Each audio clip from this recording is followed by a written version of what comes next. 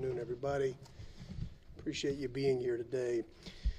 So, as Sandy said, I am David Robinson, and I do supervise all of our patrol operations here at CMPD. We're made up of numerous patrol divisions across the city, plus the airport, and very proud men and women who serve this community at the highest level, 24/7, 365 without fail. Very proud of their work. You're going to hear a little bit about that today, but let's get into the numbers. We'll begin our overall crime incidents, which rose 1% from 2024 from this time last year. And again, we're going in from January 1st of 2024 until June 30th of 2024. That includes us being flat with property crime and an 8% increase in violent crime.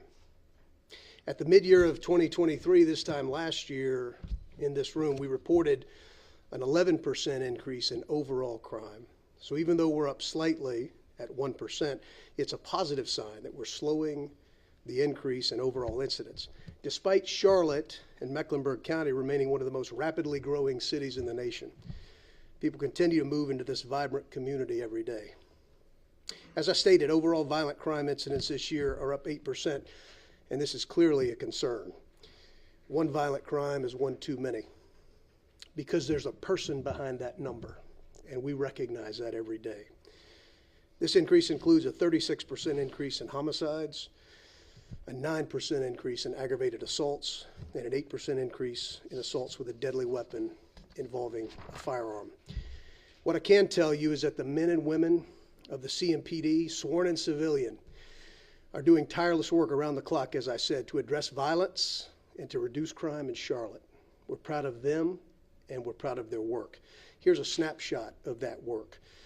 Our 911 inbound calls for service are up by 4%, and you've heard a lot about that over the years. Overall police interactions are up by 2% from last year, an increase of more than 6,000 face-to-face interactions. 6,000 were up. We're up in overall arrests by 5%, and we've seized more than 1,700 firearms as evidence, which is up 1% from last year. Now, these numbers represent engagement from our community members who call us to alert us, and then also proactive efforts from our team members, both on the street and in our division offices and at the LEC, to address incidents and to reduce crime in our neighborhoods. Our crime reduction units and our crime gun suppression team detectives, just two to highlight, are out every day in areas where we've experienced violent crime, proactively removing guns and arresting repeat offenders off of the street. We are often asked what we are doing as a department to address the increase in violent crime, and in particular homicides. Now, I can point to the arrest statistics, which are consistently higher than the national average clearance rate, and countless examples of times our officers acted quickly to identify and arrest violent suspects before they could offend or, in some cases, reoffend. But these examples and the numbers go far beyond policing. The increase in gun violence and homicides point to a larger societal problem. It's going to take much more than the police. It's going to take investing in communities and investing in prevention and alternatives to violence, particularly among young people. Far too often, however, by the time police officers arrive on a homicide scene, it's too late to change that outcome. Let me be clear, police need to be at the table, and police are part of the solution for a safe community, but we are not the whole solution. Community-based organizations and law enforcement agencies must work together to identify and prevent violent crime before it happens. Now, we'll continue to do our part, but we understand the root causes of crime and also know that we can't arrest our way out of this issue. Now, let's get back to the overall numbers. A major reason for the flattening of overall crime this year is that there's no increase in property crime incidents so far this year from last. Now, this is an important point. Last year, our department saw historic rises in property crime, and many of you in this room will recall when we discussed the nationwide spike in auto thefts that took off in the summer of 2022 due to the targeting of Kia and Hyundai vehicles by juvenile suspects in a method made popular through social media. Last year, Chief of Police Johnny Jennings met with and directed leadership of this organization to reduce auto property crime and made it one of our organization's top priorities heading into 2024. In mid-year of 2023, we reported out a 16% increase in overall property crime, a staggering 143% increase in auto theft incidents, and a nearly 2,000% increase in Kia and Hyundai thefts. Now, in the mid-year of 2024, we're reporting that there is no increase, let me repeat, no increase in overall property crime incidents, and an 8% increase in auto theft incidents. Now, 14% is still an increase in the Hyundai Kia thefts. If you removed Hyundai and Kias, we'd be down almost 4% overall across the jurisdiction in non-Kia Hyundai thefts.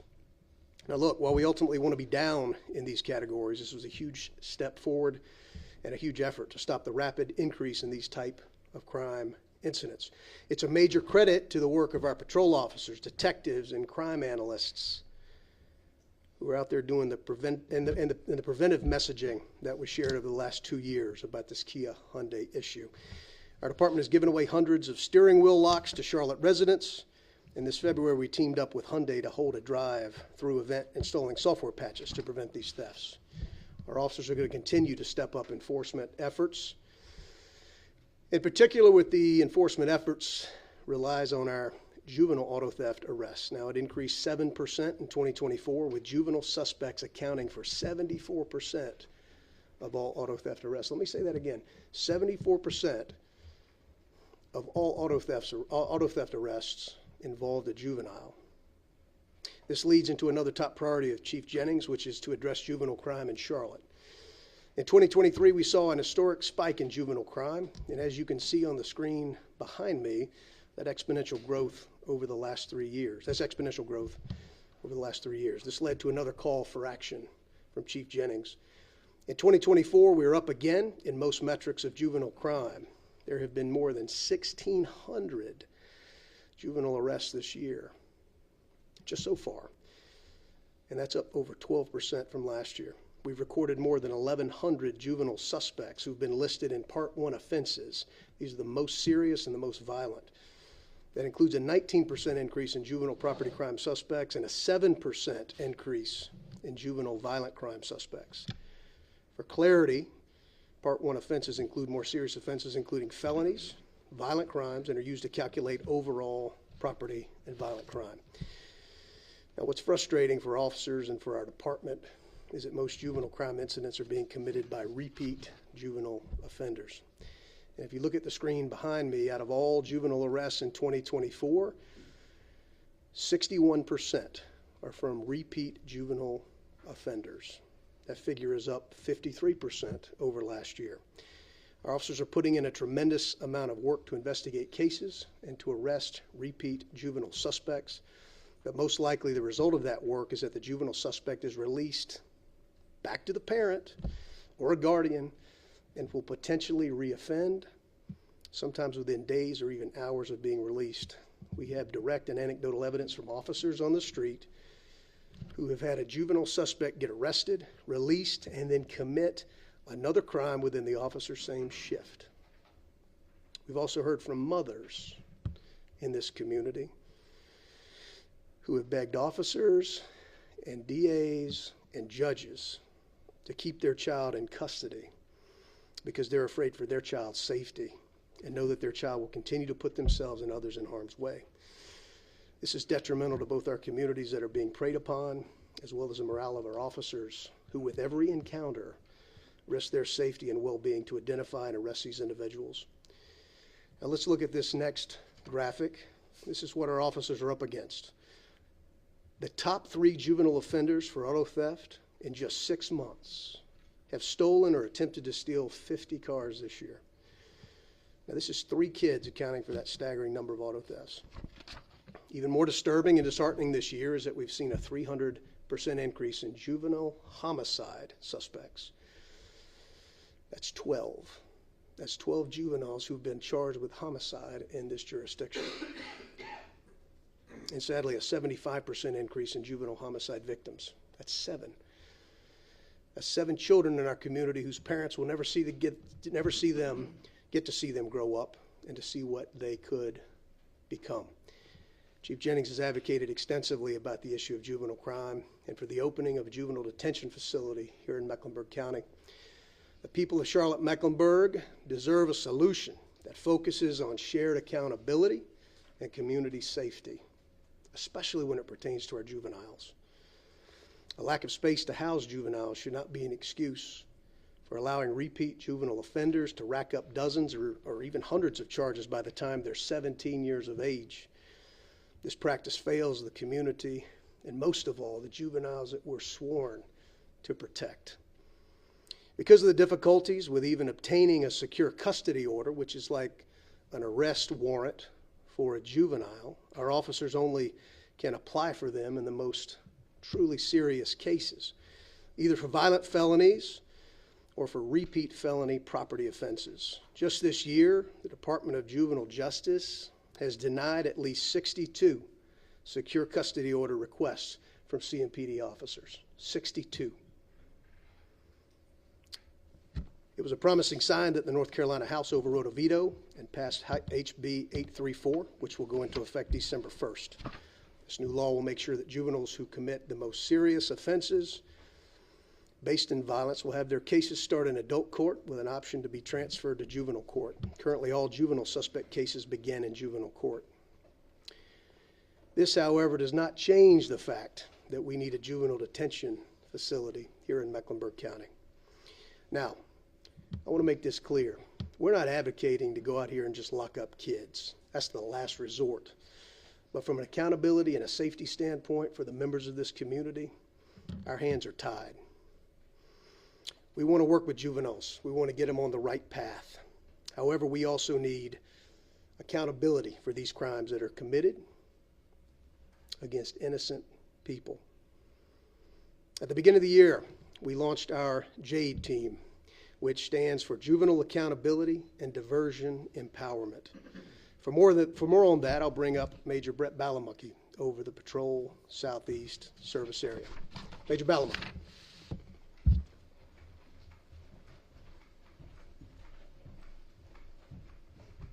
Thank you, Chief. Hello, everyone. I'm Major Brett Balamucky from the Southeast Service Patrol Area. As the Chief stated, Jade was launched at the beginning of the year and has been a very effective unit on helping to address juvenile crime. Our Jade officers specifically conduct juvenile investigations and operations, including making arrests, monitoring the most at-risk juveniles inside of our city. As you recently heard about Jade, as we were leading up to the July 4th holiday, the Jade officers identified subjects and juveniles that were involved in prior arrests or disturbances at prior events. The 32 identified juveniles from prior arrests and event disturbances were given a home visit where Jade officers met with the family, talked about expectations, went over the youth protection ordinance again, continuing to try to deter and educate the families so that we didn't have repeat offenders uptown while people tried to come uptown and enjoy the holiday. Very proud to say that of the 32 home visit families, only one juvenile reoffended. So 32 visits, one reoffended. During July 4th, we had 12 suspects arrested, 2 adults, 10 juveniles. The big part is 31 did not reoffend, and we're very proud of that and very proud of the work that they did with the families. And we thank the families for making sure that they had the pressure on the juvenile not to come back uptown and create an environment or put themselves in danger. The purpose of the home visit is to really build those relationships with the family. You know, when they do the home visits, they give them a list of resources, connections through the county, through the city, and it's really just trying to align priorities with the family, with our department, and with the entire volunteers and community services that wrap around services to try to help deter that, delinquent and criminal behavior. This year, Jade's made 52 juvenile arrests.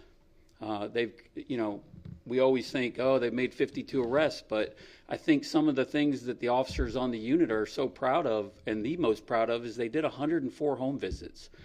And when we talk about 104 home visits, that's 104 times that they sat with the families in their living rooms and discussed options and alternatives to try to, empower them to divert from a criminal activity. They seized 36 firearms and over 15 pounds of narcotics. Jade officers applied for 16 secure custody orders for the most serious felonies. They were granted 11 from the Department of Juvenile Justice. We have countless case examples of the great work that CMPD and the Jade team are doing, and I'm going to highlight a few of them for you right now. On this video that you're going to see play here, this is from April 11th, where 2 juvenile detainees escaped custody from Cabarrus County while on transport to Stonewall Jackson Youth Development Center. If you look at the video, you see they're wearing shackles. They're in a stolen vehicle, so they escaped custody, they stole a vehicle, and now they're riding around Charlotte, in the shackles in the stolen vehicle, having a joyride, while they're filming themselves, putting this on a live stream, posting with firearms. And you see the firearms bouncing around, appears they're smoking, a substance, and it's all just to highlight the activity, highlight the behavior. They've got extensive criminal histories, but what I'm really proud of is that CMPD's crime gun suppression team immediately was able to identify where they were at in an area they were in, and then luckily, one of the Jade supervisors got behind the vehicle and started a vehicle pursuit. Something we never want to do because it's dangerous to the community. But again, these young men had escaped, were out here with firearms, riding around. The pursuit ended without injury, and the crime gun suppression team was able to take them into custody. And that's that collaborative effort, and it just shows you that teamwork where the juveniles are then back in the custody of the Department of Juvenile Justice and really, preventing any further harm to the community. Second example, April 23rd this year, a 13-year-old who's out free in the community after committing an armed robbery. So he's charged with armed robbery. He's free, but he's out on an electronic monitoring, which means he has a bracelet on his ankle that tracks his movement, and he's 13 years old. Officers see him. He is in a stolen vehicle. He jumps and runs. Officers chase him down, catch him, and regardless of if he is violating his order on the electronic monitoring and not to commit more crime, he's released back to his guardian. 2 days later, the same juvenile is spotted again inside a stolen vehicle. Once again, he flees officers on foot. Again, officers catch him, but this time an officer sustains an injury that needs to be treated at the hospital. So now we've got, second time in 2 days, the same juvenile commits an armed robbery or accused of an armed robbery, out on electronic monitoring, steals a car, gets given back home, steals another car, gets caught, officer's now injured, goes back home again. 20 days later, May 14th, again, charged with stealing another vehicle. And this vehicle now is linked to a shooting. Officers conduct a search warrant at the house, a search at the house. It turns up a fourth stolen vehicle by the same 13-year-old. So now you've got 4 times he's linked to felony crimes, one after another, and as of today, he's still free in the community and he's still on electronic monitoring. So these are just examples of cases, right? So a third example, May 22nd, officers respond to a string of armed robberies, uptown area. So the first one happens down about the 1800 block of South Tryon Street, where multiple males armed with handguns do a robbery. Then at the 200 block of East Trade Street, an attempted carjacking with the same description. Central Division patrol officers end up catching multiple juveniles, take 2 into custody. They recover 3 handguns on these young men, 3 handguns. These 2 men then get interviewed by our detectives. Following, that, they realize that the guns are all stolen from a burglary at a gun store in Matthews the night before. So May 21st, they break into a gun store targeting to get handguns as juveniles, then these 16-year-olds come uptown and start committing armed robberies from people. The Jade team identifies another associate of them and does a home visit, and this is one of the things that really show that commitment of following through with things. Well, the Jade officer really connects to the family and really connects to the juvenile to the point where the juvenile says, hey, I need to give you something. And the juvenile goes and retrieves a handgun that was also stolen from the same gun store and turns it over to the officer. So that is really, that handgun likely could have been, used in another crime, could have continued to been on the street, passed around. And so really proud of that connection and that effort of connecting with the family and the juvenile to give them a pathway to make good decisions. Our goal is not to arrest teens because that's not going to solve the issue. We want to rehabilitate young offenders when they're at such an impressionable age. Jade wants to really reach the kids and their families where they are so that the only interactions they get are not just arrests. Ultimately, we cannot continue to keep letting them cycle crime in, crime out, crime in, crime out. You heard the chief talk about repeat offenders. You heard him talk about public safety. You heard him talk about the commitment from CMPD and from our chief and the work that the officers are doing and the risks that they take.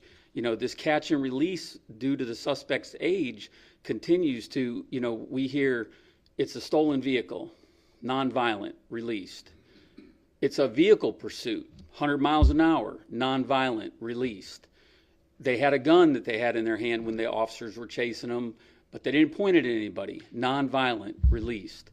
These are the things that as a community and as a society in whole are unacceptable, and we really need to work towards solutions because every single one of these instances puts officers at risk, puts the juvenile at risk, and ultimately puts every one of you in the community at risk because we have repeat felony offender juveniles that are not changing their way.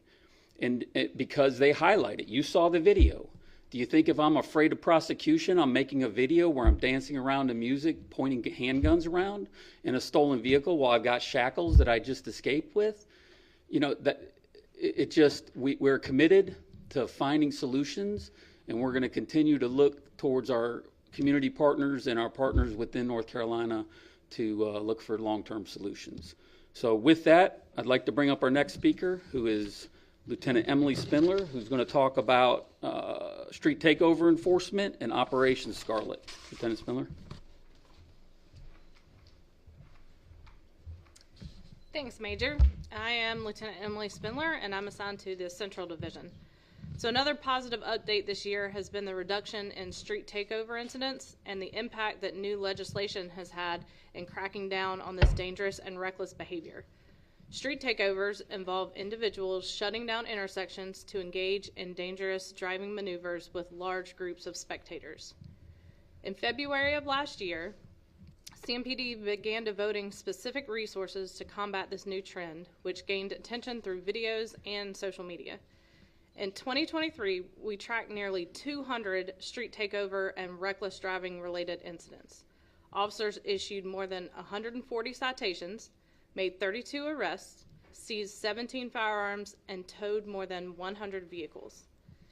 So far this year, we've addressed just 24 incidents that have resulted in 4 arrests, 29 citations, 2 gun seizures, and 17 vehicles towed, which is a significant decrease in events.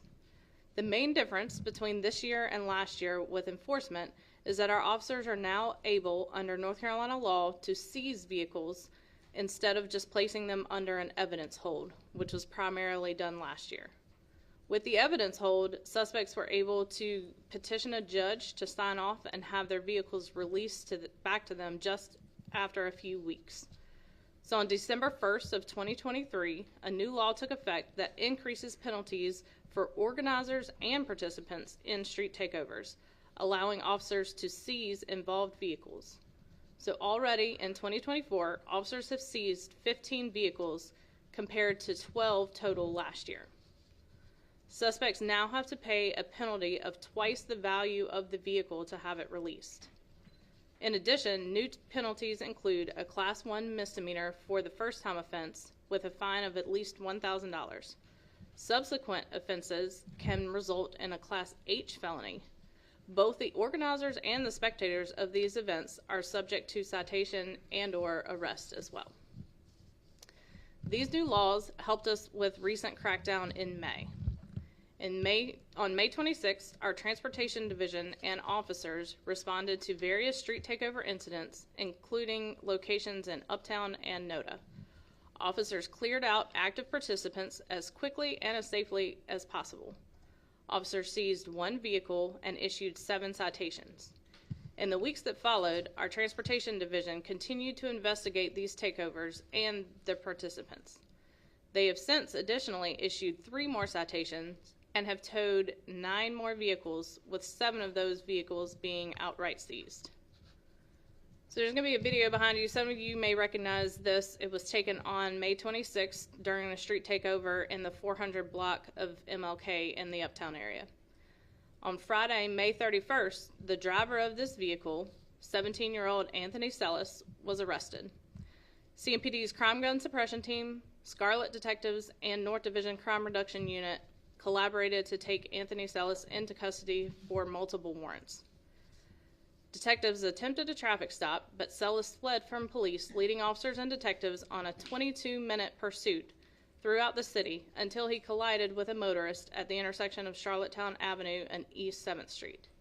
He then ran from the vehicle on foot until he was apprehended just a short distance away. Crime Gun Suppression Team and Scarlet Detectives conducted a search warrant at Sellis' home and recovered 2 stolen vehicles, a key programming tool, 2 stolen firearms, and the shell of another stolen vehicle, as seen here on the screen. However, street takeover was only one of the charges that Sellis faced. 17-year-old Sellis was also a person of interest for Operation Scarlet Detectives.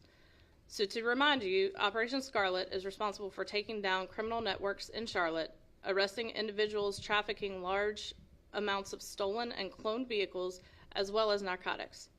In addition to the street takeover charge, and as a result of Scarlet's investigation, Sellis received 47 additional charges stemming from 27 incidents that occurred in April and May. Some of those charges include assault with a deadly weapon with intent to kill. There were 21 counts of larceny of a motor vehicle, attempted larceny of a motor vehicle, 4 counts of possession of stolen motor vehicle, 2 counts of possession of stolen firearm, and the list continues. Detectives with Operation Scarlet also charged Sellis as a juvenile in 2023 with 21 counts of larceny of a motor vehicle. So this is just one of many examples of success from Operation Scarlet this year. So far in 2024, Scarlet has totaled 68 arrests and seized 66 vehicles worth approximately $3.7 million. Detectives have also seized 47 firearms, $206,000 in cash, and approximately 184 pounds worth of illegal narcotics. So just to reiterate the success of Operation Scarlet, since the inception of the operation, which was just 16 months ago, detectives have seized 513 pounds of narcotics. They've recovered 246 vehicles, which are valued at close to $15 million, and seized 158 guns. They've seized approximately $1,146,000. They have conducted 238 search warrants with 153 felony arrests. We are extremely proud of these numbers and the impact that Scarlet is having in cleaning up the streets of Charlotte. So at this time, I will bring it back to Deputy Chief Robinson for close.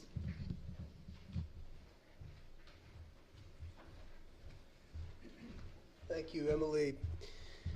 So I understand we've thrown a lot of data at you today.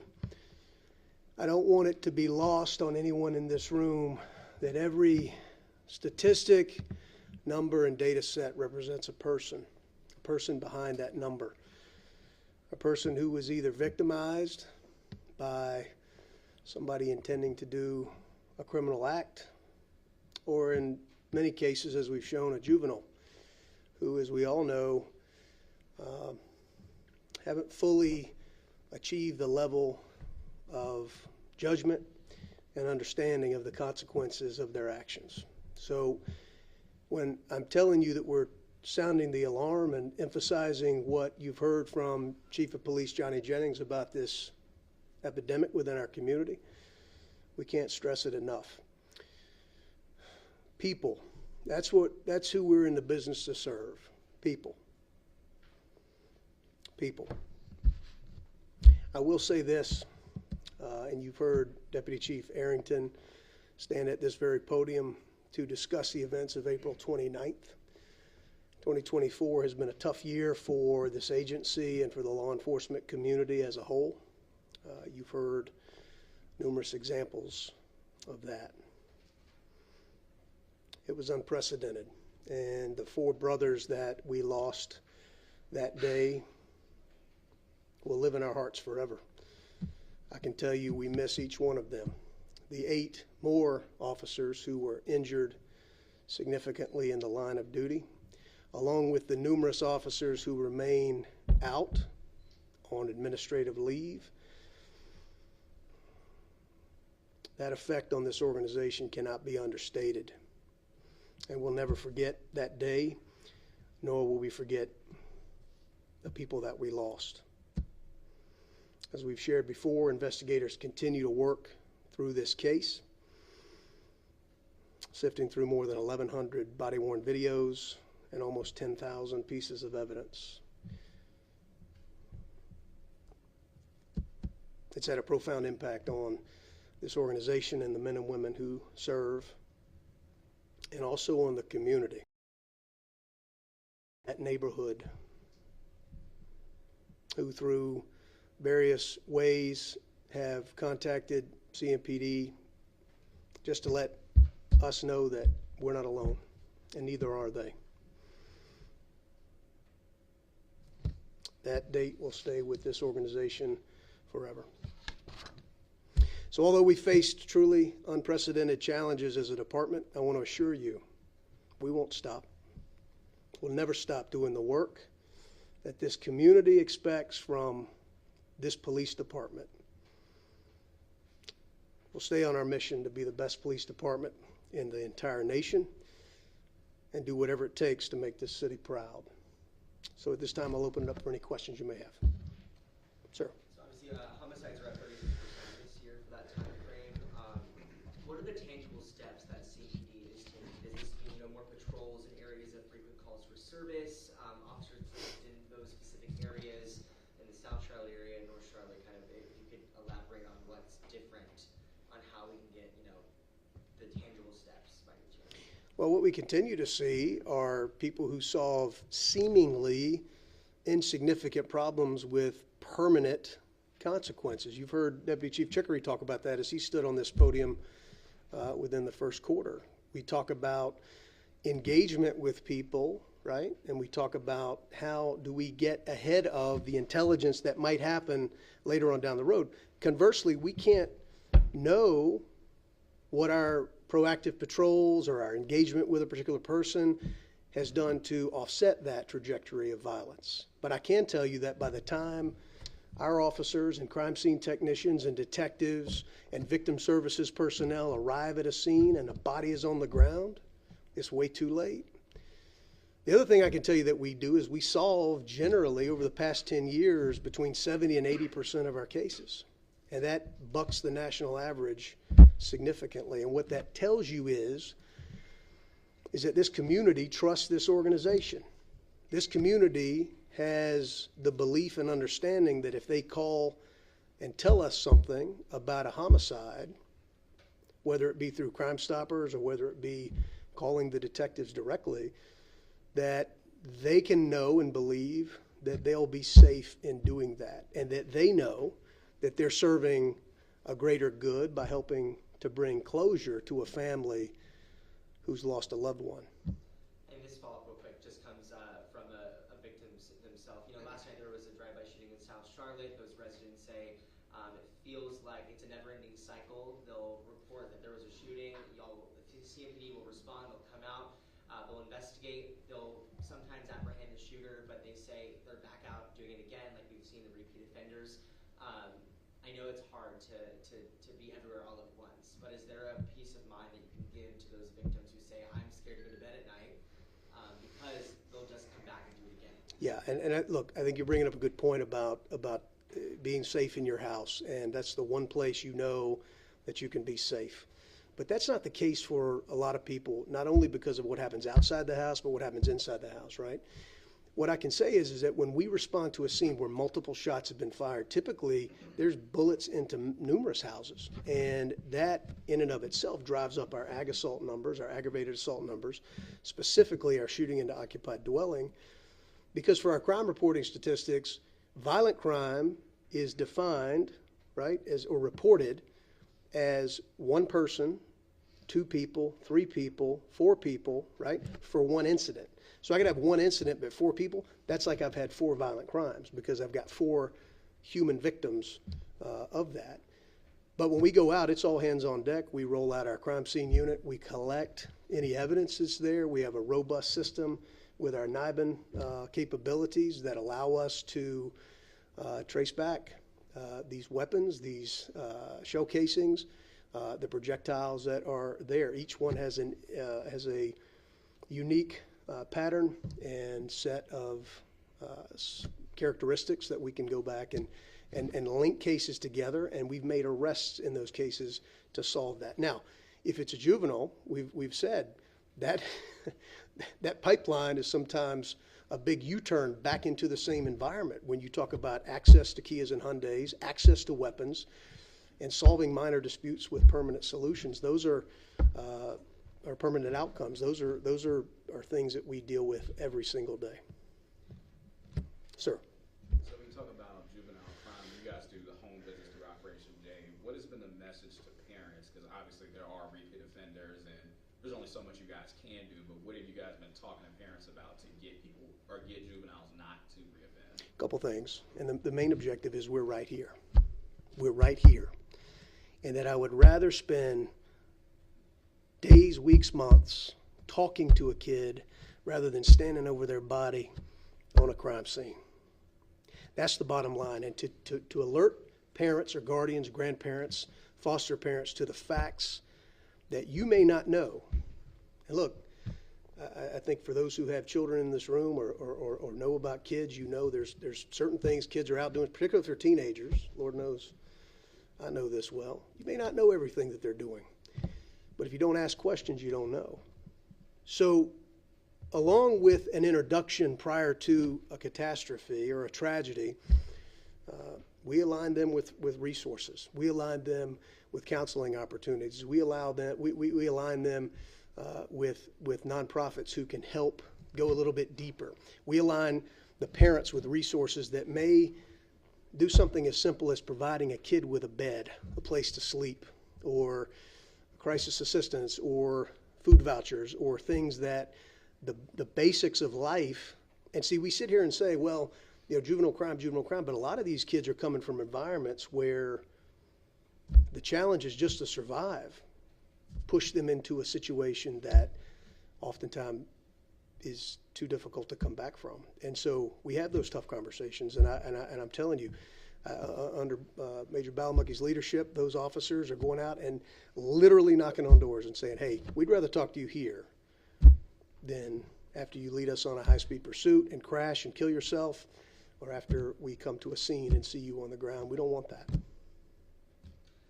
Youth violence has been a big talking point today. That being said, I know there were a lot of statements made today about how people would like to have the Mecklenburg County, Youth Detention Center open again. We had Jail North, but then obviously closed due to budget issues, and there wasn't a lot of funding for that.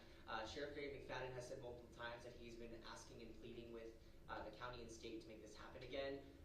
Has CMPD partnered or looking to have conversations with the sheriff about this, about the next step forward, and how they can make this happen? Because again, this is not an end-all be-all, but for some people who can't get it together, it might have to be the solution. Because hearing the 3 different examples of violent offenders that are still out on the street could probably have people not really sleeping easy at night, given that they could be a victim of that. It's a capacity issue, and we're not going to wade into the politics of what happens in Raleigh or with the county or with the city, but I can tell you that until we improve our capacity, however it looks, whether it's, you know, building a facility standalone or Jail North or whatever, I think, you know, we talk to anybody who could potentially bring a solution to the table that enhances that capacity. And so, you know, to people listening to this, I'd say this is a democracy, and let your voice be heard. If what you've heard today is shocking your conscience, then good.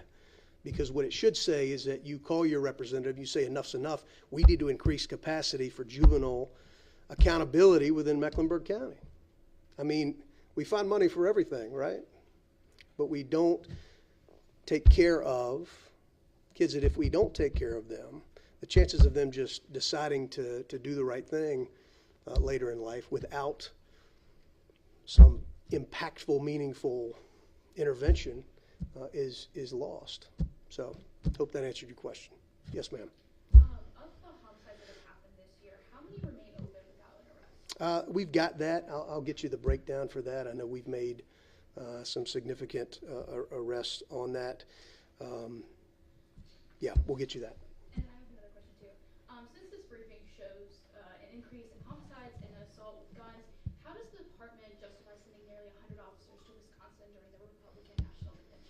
Well, it's a good question, and I think, you know, when other agencies see what we do here in Charlotte, we were sometimes a victim of our own success. And I can tell you that the proud men and women who went to Milwaukee, about 100, did so with pride, wearing the CMPD patch on their arm. And we are leaders nationwide in that space when it comes to crowd management and crowd control.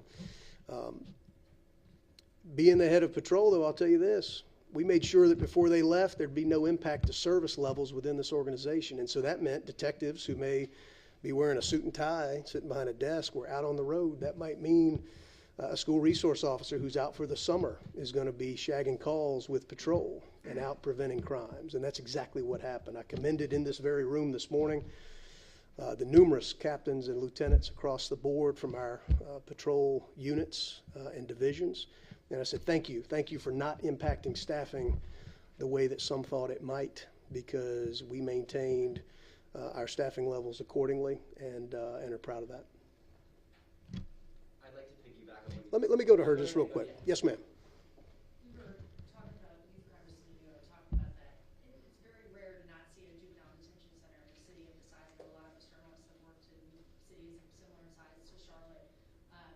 Obviously, Jade came out as a response to handling this on your all's end. Is this sustainable as this crime continues?